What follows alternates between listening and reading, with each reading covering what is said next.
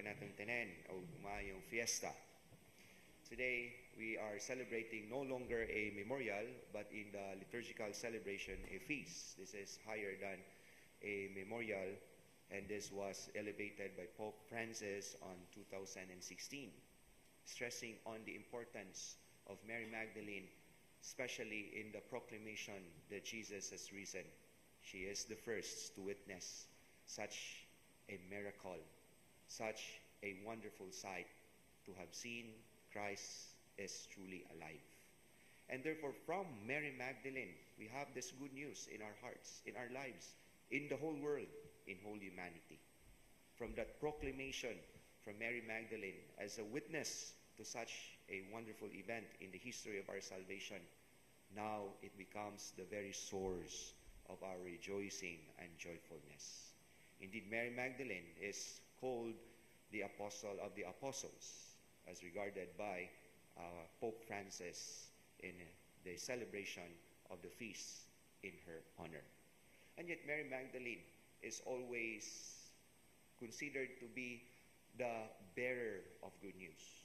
Although she is not the good news herself, but she is the bearer of good news. To have announced to the apostles, to have announced to the fellow disciples, and to the whole world up to now that Jesus is alive is something that lingers in humanity, something that we can find as a very source of our strength every time we will encounter great squall and storm in our lives.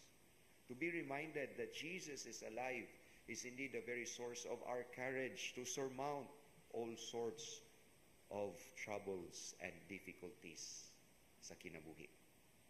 Siguro himuon nato si Mary Magdalene nga patrona sa mga marites, no? Aron mausab ang hulagway sa mga marites, no? Dili lang intriga ilang dadon ngadto sa mga silingan, kundi maayong balita, no? A good news that could transform our lives, not a news that would somehow brings a lot of destruction and assassination to personalities, no? But the good news. Mao kini ang kinabuhi ni Mary Magdalene. Although in the early years of Christianity, there were also so many marites against her, no? Siya kunoy Magdalena ang sawing palad. Siya kuno si Magdalena nga mubuog lupad. But this was corrected, no? She is not that girl, that woman, an unnamed woman in the gospel narrative, and she is not also the Mary from Bethany, because that's a different Mary. She is the Mary of Magdala or Magdalene, whom Jesus has cast out, driven out 7 demons from her. And we know that she was a very faithful disciple whose love to Jesus is very pure, who've supported the ministry of our Lord out of her own pocket and resources.